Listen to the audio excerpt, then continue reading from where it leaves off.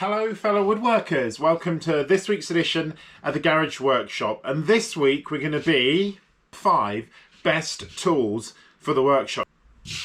Roll the intro.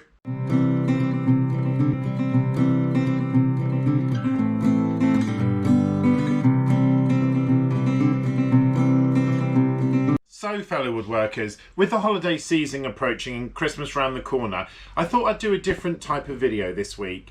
I've got a series of videos coming up about things that you can buy for people, and in this one I wanted to share with you the top 5 things I use most in the garage workshop. The 5 tools that I really wouldn't want to be without. I'll review each one and I'll tell you whether it's something that you might consider buying if you don't have them now. In next week's video, we're going to be looking at some presents you can buy the woodworker in your life, or if you are the woodworker, some presents that you can pass on to the other person in your life to buy for you.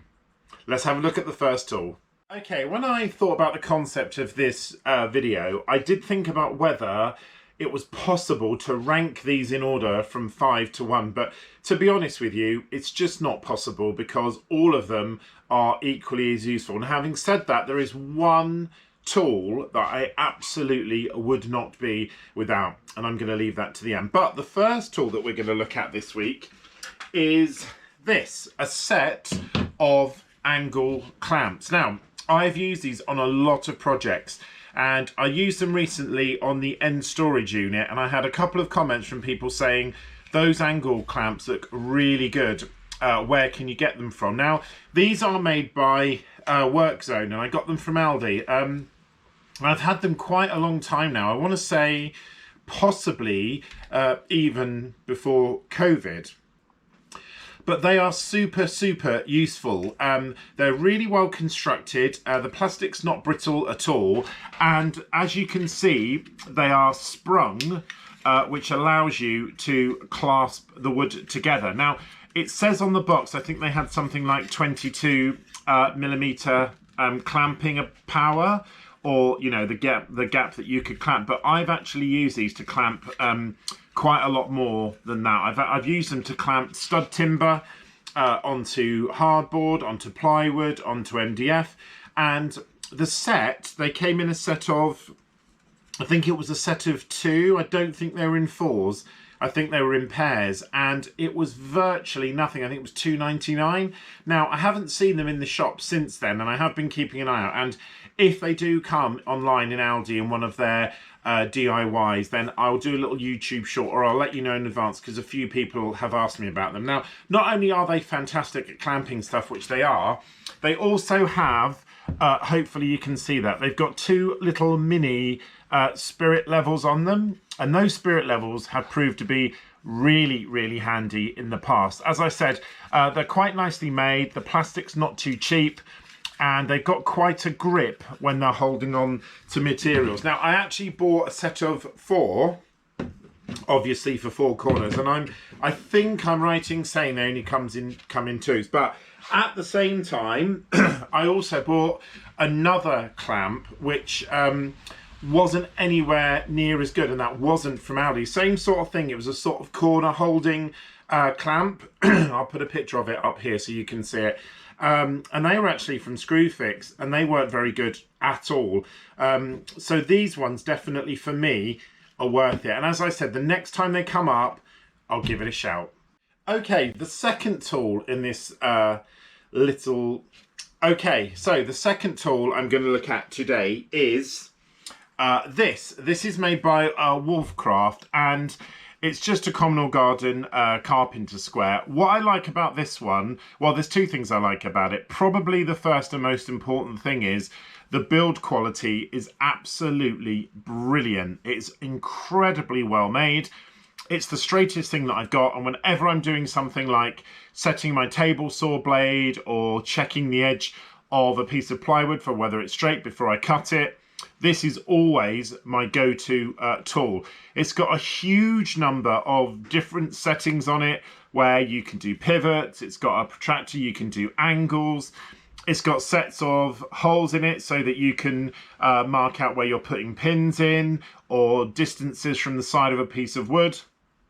The uses on here are absolutely amazing. And what I like most about this Woolcraft one is it never ever feels like it's flimsy or it's gonna bend or anything like that. It's incredibly well made. It's really, really difficult to even bend it in your hand.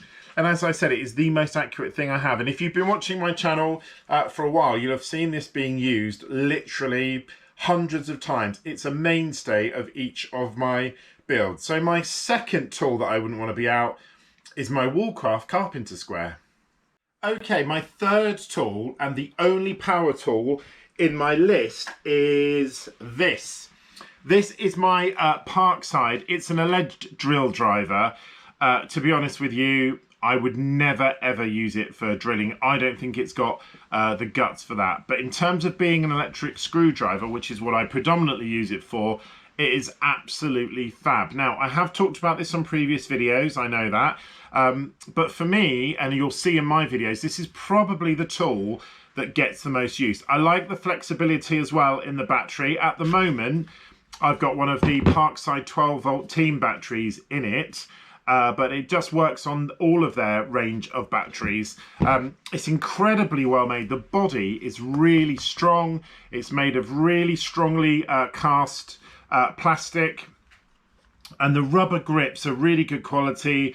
They're in the right place. It's very ergonomically designed. It's also got a light on the front should you need one. It's got 2 speeds, and it's got a number of different torques for the blade. Now, I have to be honest, I keep it on the drill setting most of the time because I think that gives it the biggest power.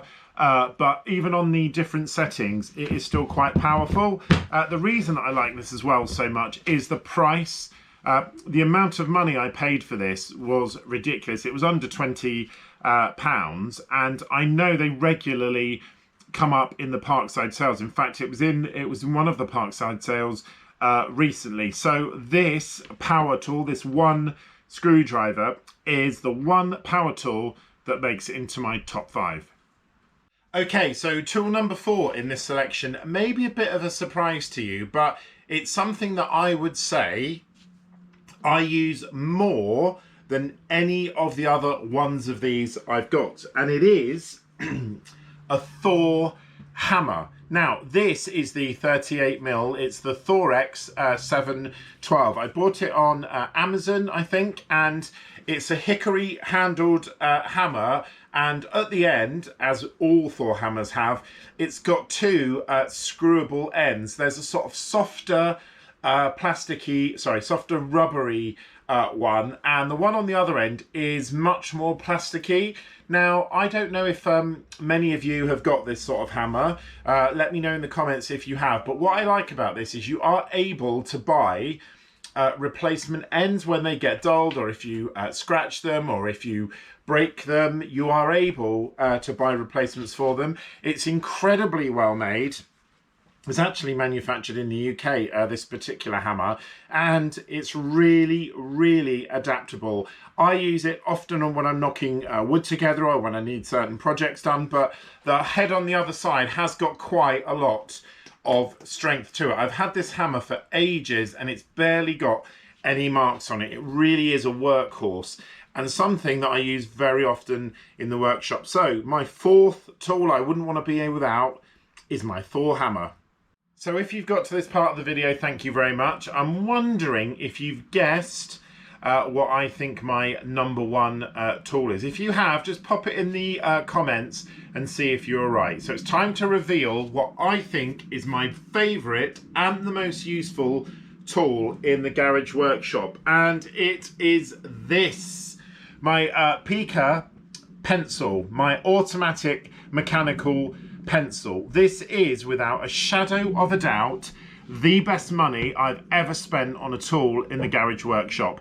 I have mentioned this in one of my previous Christmas videos about a potential present when I did the things to buy for woodworkers, which I'll put a link in the description for it as well, because there are some really good things in there. But this Pika pencil is fantastic.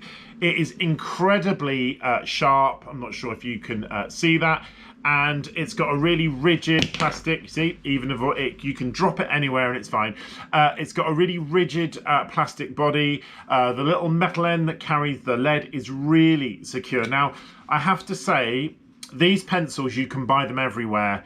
Now, you can buy them in pretty much every shop. Now, I went for this Pica one because at the time, it was the most expensive, and I wanted something that was going to last. Now, I have got another one of these that I bought off of Wish, and it's nowhere near the same quantity. It's got far too much play in it. The end is actually made of rigid plastic in the other one that I've got, and it's just not strong enough, whereas this is made of aluminium. This one is really good. Now, you do pay for it, and I think at the time I paid quite a lot of money for it. I want to say it was something like 10 or 11 pounds. I'm not actually sure how much they are now, but this was definitely worth the money. The leads that you buy to go on the inside are really easy to get. You can get them in most shops. It stores inside the body there, as you can see, and the end also includes a little sharpener.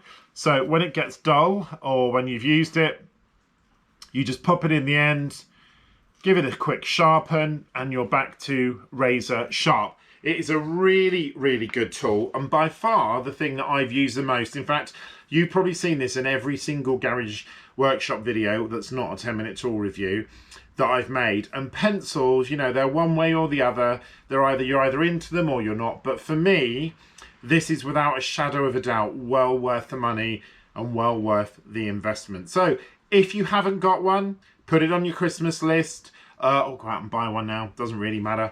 But I would suggest and I would recommend getting the Pica one. For me, the best pencil there is.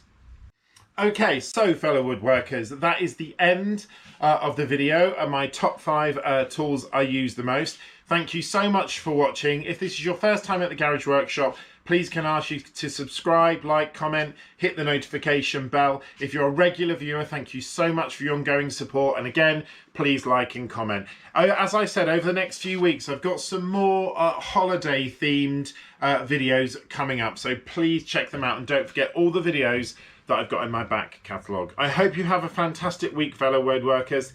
Take care.